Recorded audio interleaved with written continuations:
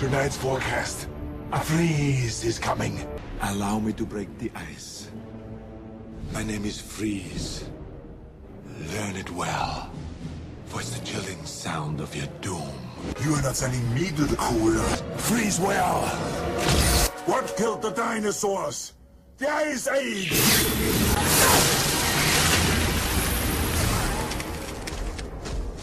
Stay cool, bird boy. Let's kick some ice. Show some mercy. I'm afraid that my condition has left me cold to your pleas of mercy. All right, everyone. Chill. It's a cold town. Cool party. Can you be cold, Batman? Chill to perfection. Revenge is a dish best served cold. Winter has come at last. Freeze. Freeze! Ice, freeze! Icy winter fiber! Frozen, icy, freeze! Winter ice! Ice, freeze! Winter, winter! Freeze! Cold! Frosty! What's going on, everyone? This is Ash with the Shitty Movie Night Podcast, and I'm here with my same good friends. This is Leech, the chilling sound of your doom. Well, after hearing that, I don't want to be involved. I quit the show. Fine, Flanagan leaves the show. Alright, fine. Then it's just me and Leech presenting our episode on Batman and Robin. Yay! 1997 classic. Also known as How to Kill a Franchise. Also known as God Damn It. Alright, I think it's important to say really early on that, you know, I mean, everybody agrees how awful this movie is. I mean, it's... Even at the time it came out, how awful it was, and on every top 10 list of bad movies. Why the hell did I see it in theaters? Oh, I saw it in theaters too. I waited for video. Well, because that was 97. You know, it wasn't like it is now, where you can just go online and be like, oh, by the way, here's all the reasons this movie's gay. Yeah, you didn't know the movie was bad until you saw it. Yeah, and the first two were amazing. The third one is More good. than watchable. Yeah, it's not great. It's not bad. It's hovering around It's all good. right. So yeah, you had reason to go see the fourth one, and then you had reason to just do that. Get up and leave. Kick yourself in the balls. Except, you know, I was there with a family member who was much younger and wanted to see the movie. I was with my little brother too, and I still remember this day us just leaving like, God, that was stupid. What the hell was that? What the hell was that? And that was just fucking lame. All right. Beyond the fact that we wanted to mention that, you know, this is one of those famous shitties in the level of like Battlefield Earth or, you know, Manos. It's just how well known it is for being bad. We also want to say really early on that I hate it when, because this movie comes up in a lot of movie conversations that you've had, you know, anytime. I can't stand it when somebody will just say, oh, no, you don't understand. It's supposed to be like the 60s show. It's like, no, I understand that perfectly. It still sucks. Yes. You know, Yeah. it's like, I do understand. Yeah. They just failed. Yeah, bingo. They failed miserably. They're exactly right. It's not an issue of I'm not smart enough to get it. It was you weren't smart enough to do it right. Yeah. That's the issue. Okay. When the director himself is basically apologetic for it on his commentary, Yeah. then you know that, it's not that we didn't I get listened it. to about 40 Nobody minutes of got Schumacher's commentary the other day, and just to prep for this. And yeah, he didn't flat out apologize in the commentary. He does in one of the special features, but he does sound very dejected in the commentary. All right. Look, it Well, wasn't my fault. another thing I think it's important to mention, This is very important. given what you just said about Schumacher apologizing. Joel Schumacher, is it Macher or Macher? I say thought it was Macher. I think it's Schumacher. Okay, so you're wrong. There's a shock. It's German, so M-A-C-H Yeah, okay. should be Macher. Joel Schumacher is a very, very good filmmaker. Yeah, Extremely Yes, good. very Looking good and filmmaker. beyond being just so good. Did you say he's good looking? No, I said beyond being so good, he's so varied. Yes.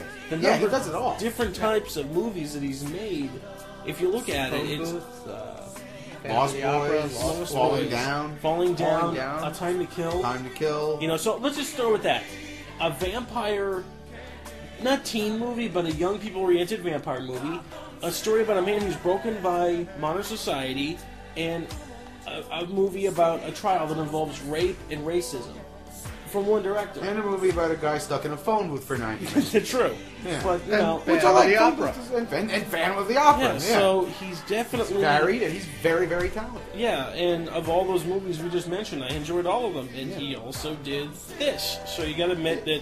He also did Forever, which wasn't as bad. Yeah, true. Forever gets a huge bum rap because of this movie. I'd agree. If the series had stopped with Forever for whatever reason, I agree that I think people say the first two were great and the third one was okay. okay. I Yeah. really don't think people would But crap people on like it. to make fun of Forever because of where it went. Yeah, For the same It's basic like- production team. It's not the end of the world, but you can see it from Yeah, there. you can see it from there. Yeah, yeah. Definitely exactly. smell it. I agree. I think you're 100% right. That I mean, Two-Face was just Two-Face, I had a problem with, but I like the Riddler. yeah. As I say, it's not. Tommy Lee perfect. Jones was fun. Tommy Lee Jones did it well, but it's just He played the part well as it was written, but it just wasn't written all that. Exactly. He played it as Two-Face would be in the 60s, but Two-Face was far too dark for Yeah. the 60s. Great. Yeah, yeah. Agreed. yeah. And beyond that, like, I know it's a stupid little nitpick, or I don't know, maybe you won't think it is. Just the idea that his face is divided perfectly down the middle. And Right, they even right. establish it's from acid burns. It's like,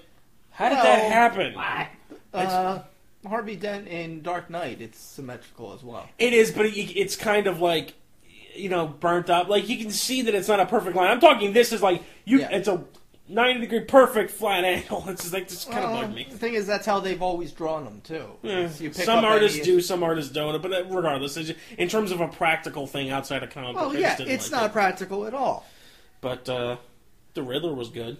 Yeah, Jim Carrey was fantastic. Jim Carrey Just the was- Riddler. because- Kilmer was a Kilmer decent was a enough decent Batman. I got no problem. he with was an Kilmer's okay Batman. Bruce Wayne, but he was barely Bruce Wayne in it. Yeah, yeah, yeah. But he was a Absolutely. good Batman. I contend to this day, the best Bruce Wayne is Christian Bale. Yes. The best Batman is Michael Keaton. I would agree with that. Yeah. Okay. Kevin would Conroy.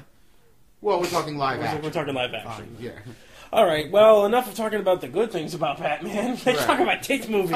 And then Batman and Robin And happened. Batman and Robin happened, and that's why it took. What year was Batman Forever?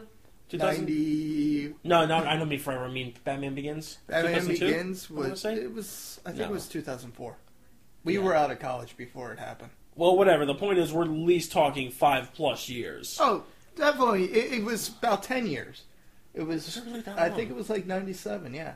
For what? Batman and Robin? No, Batman Begins. Oh, Batman Begins. It was at almost 10 years, if not 10 years. Okay, so Yeah. we're talking like this movie massively shot it in the foot. Yes. The idea of getting that Yeah. franchise rebooted. There was another one in production at the time. I don't know if it was in production or It if it was in the early into stages. It was well into pre-production. They were It was already triumphant, wasn't it? Yeah, Batman Triumphant. Triumphant. All right, yeah. They had already greenlit it just Yeah, for the dailies I knew they of this greenlit movie. it, but I didn't They know if greenlit they had it, actually there was a started script. pre-production. I remember that.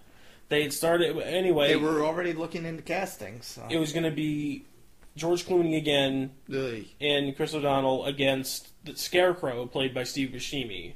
And Is it Buscemi or Buscemi? I think it's Buscemi. Buscemi. Buscemi. Wow, this is all about appropriate This is the pronunciation most technical episode. broadcast. I like Steve Buscemi. We should pronounce him properly. No. No, Steve Buscemi's great. So yeah, that is another thing that was destroyed by this movie, and there were a whole bunch. You can find it on Wikipedia. There was like 3 or 4 other would-be projects Would you that say never got off the ground. it was destroyed, or that Steve Buscemi's career was saved? Ooh, that's a good point. Just think about it. After this, well, yeah, he went on to do Fargo, and Fargo was And the- before this.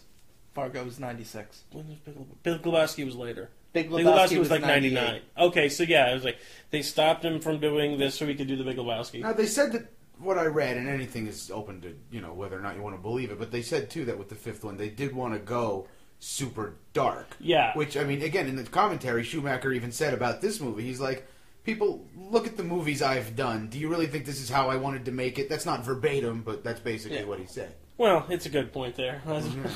I don't No, know, make it a Joel. Make it a Those documentary. opening 5 seconds basically scream you. Yeah. All right, and that's another thing. let's Nobody said let's Joel get to this Schumacher movie. is gay. If anybody does not know that, he is an admitted gay man. I just And found that out, yeah.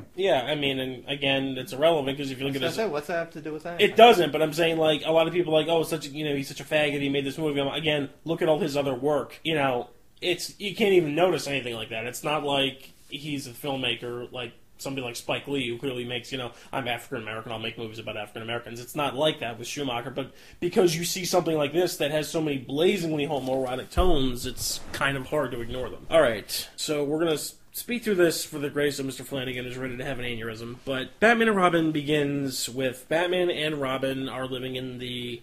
Begins with their crotch and their ass. Yeah, That's how it begins. Their crotch, their ass, their nipples. Yeah. And their dick car. And their dick car that comes out of the ground The like dick a mobile, giant- Robin! Na-na-na-na-na-na-na, dick car! Yeah, it really is. And stupid puns right off the fucking back. penis Why don't on I this. get a car? Chicks dig the car. This is why Superman works alone. Fuck you, movie. Yeah, it really is. He's right. The opening credits aren't even done yet, and it just keeps going Don't down forget, the hill. Alfred has to cancel the pizza. Oh yeah, Alfred- Alfred has to cancel the pizza. Because forever we have the cheesy line, "Sir, can I convince you to get anything?" And Batman's like, "I'll get drive-through." Whatever. Yeah, it's like, so, well, now I gotta stupid, cancel the but- pizza. It's stupid, but at least it's relevant because he's getting into this massive Batmobile. It's like, I'll get drive-through. I get it. He's got a car. I'll cancel the pizza. It's like, yes, because we can't eat that later, or that this makes any sort of sense at all. Aren't you, Mark?